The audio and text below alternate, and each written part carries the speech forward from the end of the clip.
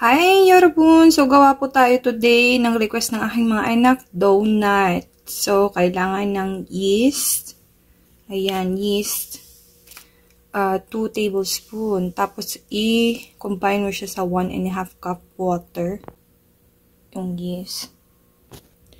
Then, milk.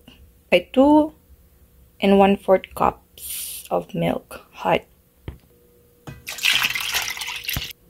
Then, 7.5 cups of flour. Pero with flour po ito. Sige lang. Yun lang flour ko available eh. And then, 1 cup of sugar. Yan na po yung 7.5 na cups ng flour. And then, salin ko lang yung sugar. Salt, 2 teaspoon. 2 teaspoon. Yan. And then, combine lang po yung dried ingredients. 1 teaspoon. Then, 2.5 cup of melted butter. 2.5 cup of melted butter. Pero ang gamit ko po is margarine. So, i-mix ko na po yung dried at saka yung liquid na mga ingredients. Yan, mix ko po lang sila. Sana tama po yung pinagagawa ko. First time ko po gumawa ng donut, for your info.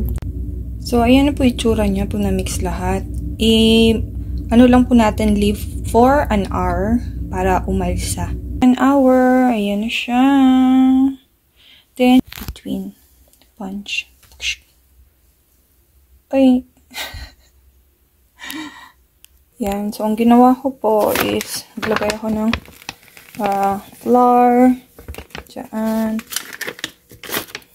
Naglagay ako ng flour dito. And then, gumamit ako ng cup na circle.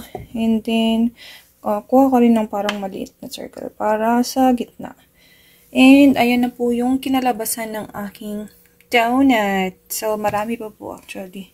And, kailangan kong maglagay dito ng flour para madikit kasi siya madikit. So, see you later! So, kailangan mo po ng maraming mantika. Ayan, nawak po siya. Tapos, painit mo po mabuti. Ang nakalagay doon sa sinerge ko, 350 degrees.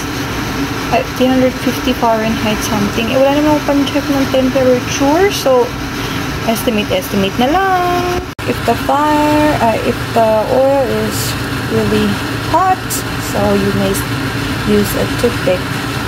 So, it's hot. Let's now put our donut. Okay. Sinubukan pero hindi kinaya. Wala po. Hindi ko na lang pinagpatuloy. Ang dami pa naman ng ginawa ko. Kaso lang, wala talaga eh. Ganito na po yung donut. Better luck next time. Baka naman may alam sa inyo paano gumawa ng donut. Bili na lang kami ng donut. Ayun lamang, yorobun. Bye-bye!